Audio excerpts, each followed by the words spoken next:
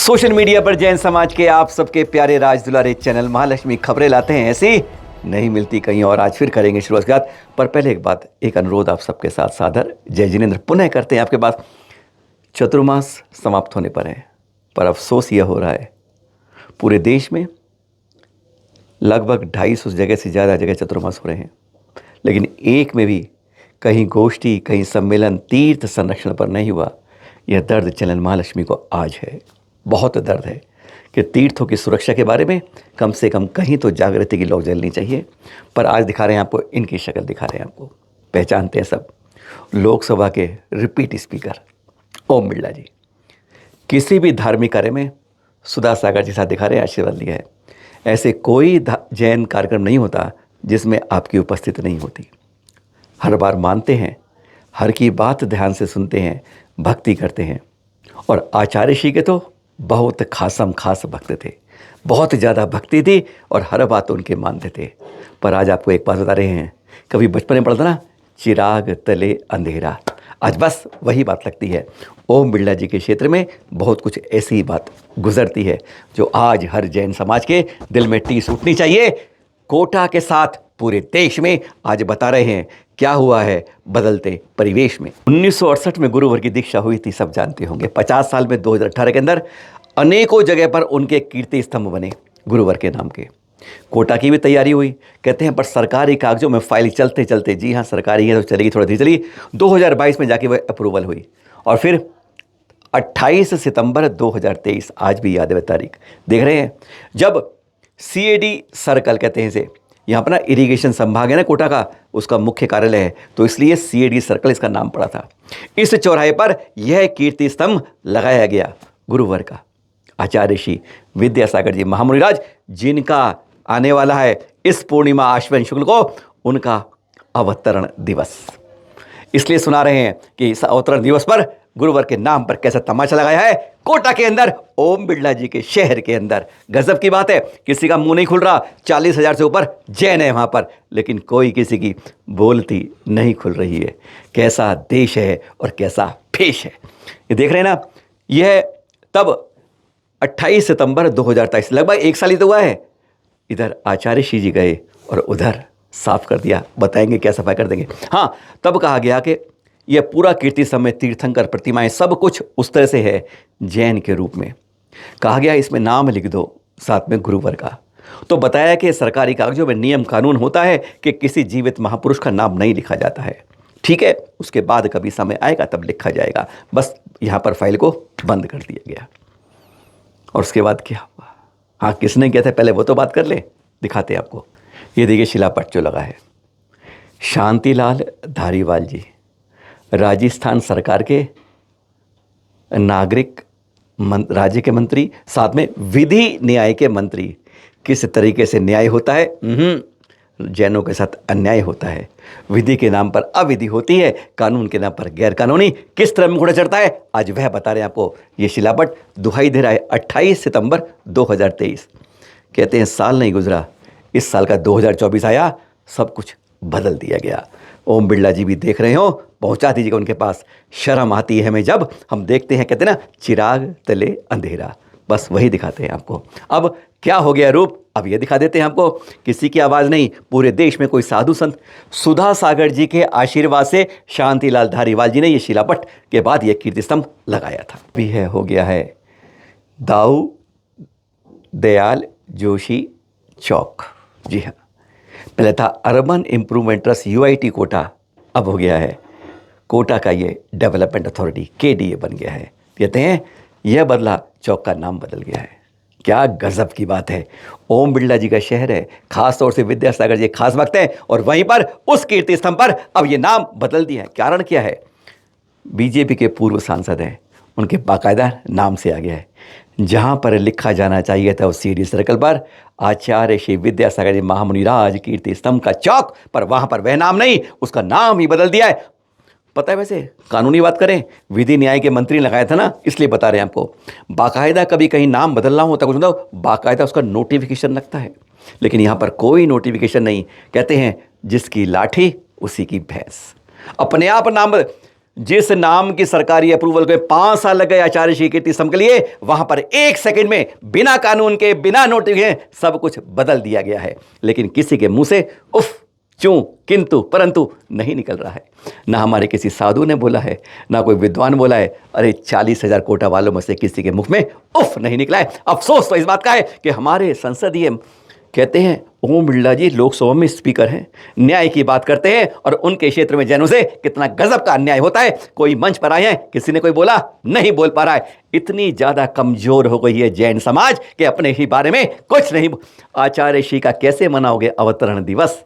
इसलिए कि जहां पर इनके कीर्ति स्तंभ को बने हुए साल नहीं हुआ, वहां पर बदल दिया गया। बड़े शर्म की बात है उसके लिए भी जिसने बदला, और जिन्होंने भी जो मुखौटा बन के आते थे, आज कहना पड़ रहा है शर्म से बात पर। क्योंकि जब आचार्य श्री पर कोई बात होती है, गलत होती है, तो मुंह से चीख निकलती है। एक वीडियो सामने आया हमारे वर्तमान प्रधानमंत्री महोदय का। जी हाँ, थोड़ा पहले का था, 2014 में प्रधानमंत्री बनने से पहले जब वो मुख्यमंत्री थे। 2012 का जब जीतोगे कार्यक्रम आए थे, उसके बाद एक बार आए थे, हाँ, मुनिश्री तरुण सागर जी के कार्यक्रम में भी। क्या हो गया है तुम लोगों को, जैनों को? कैसी बात हो गई है? अरे देश में ऐसा हो रहा है और तुम्हारे मुंह से आवाज नहीं निकल रही है। धिक्कार है तुम्हें। तालियां पीटती थी उनके बातों पर, और आज एक बार पहले वह सुन लीजिए, फिर आपको उसके बारे में बताएंगे क्या उन्होंने तब कहा था। और आज आंख बंद सुनिएगा। पहले मोदी जी से जब जीतों में और तरुण सहकारी में उन्होंने क्या कहा था, 3 मिनट के अंदर। जरा पहले सुन लीजिए, क्योंकि हम कहते हैं मुखौटे अलग, हकीकत अलग होती है। सुनिए जरा। दिल्ली में बैठी हुई सरकार का सपना है कि हम हिंदुस्तान में पिंक रिवॉल्यूशन करेंगे और पूरे विश्व में मांस मटन का एक्सपोर्ट का बिजनेस करेंगे। और इस वर्ष भारत सरकार ने घोषित किया है, स्वयं भारत सरकार ने घोषित किया है कि पूरे विश्व में बीफ एक्सपोर्ट में हिंदुस्तान नंबर 1 है। किन चीजों के लिए गर्व किया जा रहा है? भाइयों बहनों, आपका कलेजा रो रहा है कि नहीं मुझे मालूम नहीं, मेरा कलेजा चिक चिक करके पुकार रहा है।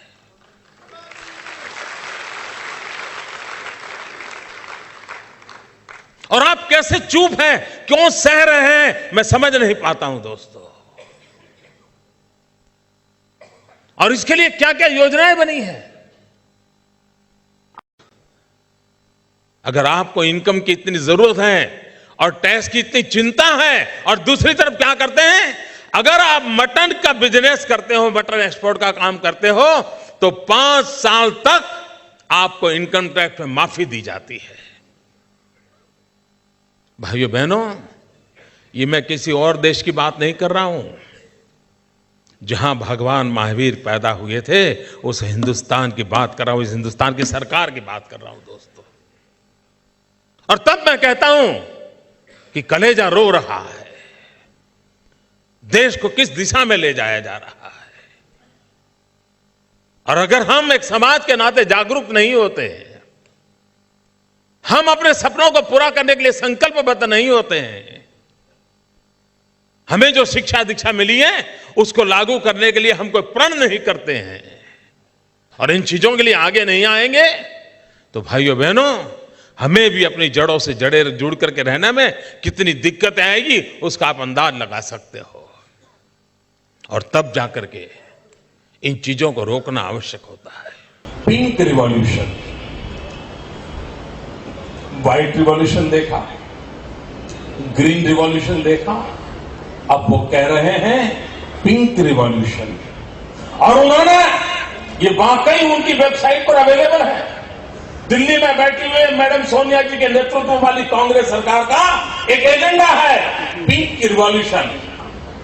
ये पिंक रिवॉल्यूशन है गुलाबी क्रांति। ये गुलाबी क्रांति क्या है?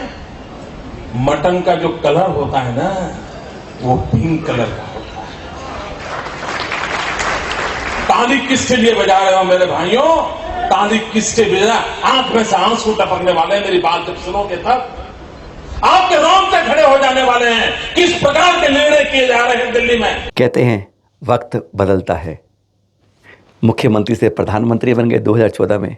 अब वह याद आ रही है जो आपने कहा उन्होंने। अब सुनिए, जो मांस का निर्यात 1979 में मात्र 5,000 टन था, आज 15% की गति से बढ़ रहा है। अरे ऋषियों की मुनियों के देश में, कहते हैं हिंदुत्व के देश में, आज मोदी जी के में लाखों टनों में पहुंच गया है, लाखों मीट्रिक टनों में पहुंच गया है। दुनिया में दूसरे नंबर पर आ गए हैं। 79 देशों में आज मांस का निर्यात होता है। और ये दूसरी बात, प्रधानमंत्री तक नहीं, उत्तर प्रदेश के हमारे योगी जी कहते हैं अयोध्या नगरी वाले, काशी के वाले, मथुरा वाले, वहाँ पर देश का नंबर 1 यानी आधा मांस का काम वहीं होता है। सब्बरवाल जी हैं सबसे बड़े बूचड़ खाने वाले, एक हिंदू सबसे बड़ा बूचड़ खाना चलाता है। 64 बूचड़ खानों में 9 हमारे हिंदू भाई चलाते हैं। क्या गजब का देश है। क्या कहते हैं, चेहरे पर नकाब लग जाते हैं, या चेहरा दिखाने का और हकीकत का दूसरा होता है। आज ऋषि मुनियों के देश में इस तरीके से निर्यात होता है, इस तरीके से हमारे यहाँ मांस का उत्पादन हो रहा है। अरे क्या कहते हैं उन्होंने, सुना था, हाँ, कि धिक्कार है ऐसी सरकार को जो मांस के निर्यात के लिए अपने नोट गिनती है। क्या कहा था, अब अपने ऊपर लगा के देखें। कहते हैं इस कान से नहीं, इस मुख से बोला था। और आज देश में अफसोस है कि आज मांस के ऊपर सब्सिडी दी जाती है, छूट दी जाती है। क्या कहता है, इनकम टैक्स में 5 दिन साल रिबेट मिलती है। अब वह बातें याद नहीं आती कि हम निर्यात क्या कर रहे हैं। अरे कुछ और निर्यात कर लो, इससे आहें जितनी मिलती है ना, वो हमारे देश में भूकंप, टेंशन, सूखा सब पड़ता है। वह उन सब की चीखों से आवाज़ तो निकलती है। अब समझिए कि क्या है राजनीति। ले चले महाराष्ट्र में आपके पास। जी हाँ, महाराष्ट्र, भाई भयंदर की बात कर रहे हैं। यहाँ पर बूचड़ खाना खुलने वाला है। यहाँ की विधायक हैं, कोई मुस्लिम नहीं है, कोई हिंदू नहीं, गीता जैन जी हैं। और वहीं पर एक बूचड़ खाना 40 करोड़ का टेंडर निकला है। बस आज लास्ट डेट है, निकला पहले का है कि एक नया बूचड़ खाना यहाँ खुलना है। गजब की बात है, जब हम राजनीति में कूद जाते हैं, अपने धर्म ईमान सब कुछ ताक पे रह जाता है। आज अफसोस इस बात का होता है। देखिए, ये भी जैन है, महावीर स्वामी को मानते हैं, जो भाई दिख रहे हैं, आपको नाम नहीं बता रहे, सुन लीजिएगा। इन्होंने कहा है अगर खुल गया मैं वहीं मंजिल से कूद जाऊंगा, पर बूचड़ खाना नहीं खिलने दूंगा। जिंदा लोग ऐसे होते हैं। एक बार इन्हीं के मुख से सुन लीजिए कि कैसा जज्बा है। कहते हैं कोई नहीं खुल पाएगा। सुनिए जरा, ऐसी हिम्मत हर जैन में चाहिए जैसी इनमें है। सुनिए जरा। मीरा भाईंदर शहर के अंदर उत्तम शहरी क्षेत्र के अंदर कत्ल खाना खोला जा रहा है। 4 तारीख को म्युनिसिपल कॉर्पोरेशन ने टेंडर निकाला है। 10 तारीख आखिरी डेट है वो टेंडर भरने की। 40 करोड़ रुपए का कत्ल खाना, मतलब यहाँ से मटन मांस की बिक्री अन्य शहरों में भी होगी और शायद एक्सपोर्ट भी हो सकता है। इस कत्ल खाने की इस मीरा भाईंदर में आवश्यकता क्या थी? बोरीवली हमसे बड़ा शहर है, क्या वहाँ कत्ल खाना है? कांदीवली मलाड हमसे बड़ा शहर है, क्या वहाँ कत्ल खाना है क्या? तो इस मीरा भाईंदर में कत्ल खाना क्यों? मैं विधायक हमारे गीता जैन जी से कहना चाहता हूँ, तुरंत इस कत्ल खाने को आप आज के आज रद्द करें, अन्यथा वो दिन दूर नहीं, मीरा भाईंदर वाले आपके घर तक आ जाएंगे। मैं तमाम हिंदू धर्म, सनातन धर्म, जैन समाज, वैष्णव समाज, ब्राह्मण समाज सभी को कहना चाहता हूँ, इस मीरा भाईंदर में कत्ल खाने की आवश्यकता ही नहीं है। ऐसे लोगों को हमने चुना था कि ये हमारे शहर के अंदर कत्ल खाने लाए। अब समय आया है कि इनकी कुर्सी खाली कराए और इनसे जवाब पूछे। मैं इसलिए नहीं कह रहा हूं कि राजनीतिक क्षेत्र के अंदर हूं, मैं कर्म से और धर्म से जैन हूं और मेरा जैन समाज के नाते मेरा फर्ज बनता है कि मैं इन सभी आस्थाओं का पालन करूं। हमने खाने पे कभी विरोध नहीं किया, जो चल रहा है उसका कभी हमने विरोध नहीं किया है। लेकिन जिस शहर के अंदर हजारों पशु पक्षी रोज कटेंगे, वहां पे पर्यावरण की दृष्टिकोण से वो उचित नहीं है। उनकी जितनी चीख निकलेगी उतनी नेगेटिव एनर्जी शहर के अंदर फैलेगी। इसलिए कत्ल खाना इस शहर के अंदर ना हो, ऐसा हमारा सभी का विचार है। क्योंकि इस शहर के अंदर बड़े बड़े महान मंदिर है, एक तरफ जैन बावन जिनाल है, एक तरफ इस्कॉन टेम्पल है, धारावी मंदिर है, कई सारे ऐसे पवित्र स्थल है। इस कत्ल खाने की आवश्यकता नहीं है। मीरा भाईंदर धर्म नगरी के नाम से जानी जाती है। आज बड़ा दुख हुआ कि हमारे विधायक जो है इस शहर में कत्ल खाने ला रहे। हमने इसलिए चुना था कि मुझे शर्म आ रही है आज कि वो भी जैन है और हम भी जैन है और एक जैन समाज का व्यक्ति कत्ल खाना ला रहा है। इस बात के लिए कितनी शर्मिंदगी महसूस हो रही है, इसका जवाब मेरे पास नहीं है। अब वो आपसे यही कहेंगे आके कि मुझे पता ही नहीं, दूसरे खोल रहे, तीसरे खोल रहे। अगर आपको नहीं पता है तो राजनीति में रहने का आपको कोई हक ही नहीं बनता है कि आप इस शहर में राजनीति करो। अगर आपको नहीं पता है कि आपके नाक के नीचे आप ही के विधानसभा क्षेत्र के अंदर कत्ल खाना खुल रहा है, पूरे शहर को पता है और आप विधायक हो के आपको नहीं पता, फिर हम कुछ कहेंगे तो कहेंगे कि वो आदमी बोलता बहुत है। अरे मैडम, अगर ये कत्ल खाना बंद नहीं हुआ ना तो ये जनता आपको उठा के किस तरफ फेंकेगी, आप उसका पता नहीं चलेगा आपको। मैं तमाम शहरवासियों से कहना चाहता हूं कि मंगलवार को सुबह भाईंदर वेस्ट में अहिंसा चौक से हम आंदोलन करेंगे और महानगर पालिका तक जाएंगे। इस कत्ल खाने को होने नहीं देंगे। अगर फिर भी यह कत्ल खाना हुआ तो उसी बिल्डिंग से, महानगर पालिका की बिल्डिंग से प्रभु महावीर की सौगंध हम उड़ी मार के रहेंगे। वहां पे उस बिल्डिंग से कूद जाऊंगा, लेकिन कत्ल खाना होने नहीं दूंगा। चाहे प्राण जाए पर वचन नहीं जाने दूंगा। इस शहर के अंदर मैं चुनाव जीतूं या हारूं कोई फर्क नहीं गिरता है, वोट मिले या ना मिले, लेकिन मैं इसकी रक्षा अवश्य करूंगा। मैं फिर कहता हूं, खाने के ऊपर हमारा विरोध नहीं है, ना उसके अंदर चल रहा है परंपरा पे विरोध है, लेकिन इस शहर में कत्ल खाने की आवश्यकता नहीं है। महाराष्ट्र में कितने बड़े बड़े शहर है, कौन से शहर में कत्ल खाने, जरा बताए हमें। इसी शहर में कत्ल खाने। और तो और उत्तन वाले भी आपका साथ नहीं देंगे। उत्तन वाले के ऊपर पहले ही आपने घन कचरा प्रकल्प डाला है, अब ये पशु पक्षियों का आप डालोगे तो वो आपको वहां रहने भी नहीं देंगे। और मुझे विश्वास है आप आकर यही कहेंगे, मुझे पता नहीं, मैं मुख्यमंत्री से बात करती हूँ, मैं लेटर देती हूँ, फिर बोलेंगे मुख्यमंत्री ने रद्द किया। अरे रद्द तो आप क्या, आपकी छाया को भी करना पड़ेगा रद्द। इतनी ताकत हम रखते, रद्द कराने की कैपेसिटी और औकात और ताकत भी रखते। ये जनता आपसे सवाल का जवाब लेके रहेगी। मैं बाद में किसी दिन इस बारे में आपसे फुर्सत में बात करूंगा, लेकिन लगा लेना एड़ी चोटी का जोड़। अगर आप में ताकत हो तो बना के दिखा देना। आप कैसे बनाते हम भी देखते। ये प्राण चले जाएंगे लेकिन आपको एक ईंट रखने नहीं देंगे, ये वादा है नरेंद्र मेहता का आपको। इसलिए ख्याल रखिए, सोच समझ के, क्योंकि आज आपने राजनीतिक वार नहीं किया है, आज आपने मेरी आस्था के ऊपर वार किया है। और आस्था के ऊपर जिसने वार किया है वो हमेशा उसने मुंह की खाई है। और आपको भी इसका जवाब भी देना पड़ेगा, समाज को भी देना पड़ेगा, तमाम हिंदू धर्म को भी देना पड़ेगा। छोड़ दीजिए अपने आप को हिंदू शेर नहीं बोलने का। मैं इससे ज्यादा क्या कहूं। इस दिन के लिए नहीं चुना गया था आपको। राजनीति अपनी जगह के ऊपर है, आस्था और श्रद्धा अपनी जगह के ऊपर है। ये कत्ल खाना अगर खुला तो मैंने कहा कि प्रभु महावीर की सौगंध खा के कहता हूं बिल्डिंग से कूद जाऊंगा। और जाते जाते जरा रामलीला के रंग दिखा दिए। देखिए किस तरीके से हम दिशा और दशा बिगड़ जाते हैं। ये रामलीला, राम रावण की रामलीला नहीं हो रही है। यहाँ पर रावण के बहाने धूम्रपान सिगरेट फूकने का प्रचार हो रहा है, मदिरा का प्रचार हो रहा है, खुल्ला प्रचार हो रहा है। कितनी शर्म आती है। Smoking is injurious to health, cigarette के डब्बे पे लिख देते हैं, पर मंचों पर जहाँ सारे बच्चे भी देखते हैं उनके सामने सिगरेट और शराब का एक प्रकार से रामलीला नहीं, वास्तव में खुल्ला प्रचार हो रहा है सिगरेट पीने का, जैसे रावण महोदय यहाँ पी रहे हैं, जैसे शराब की बोतल लेके चल रहे हैं। यहाँ पे छोटे छोटे बच्चे भी जब इसे संस्कार होंगे तो वे राम का चरित्र कम सिगरेट और शराब का जो है इसको जरूर देखेंगे। हमारी बुद्धि कितनी भ्रष्ट हो जाती है जब इस तरह की संकीर्णता में कहाँ से कहाँ पहुँच जाती है। चिंतन कीजिए, मनन कीजिए, किसी को रोकने के तो हिम्मत कीजिए। सादर जय जिनेंद्र।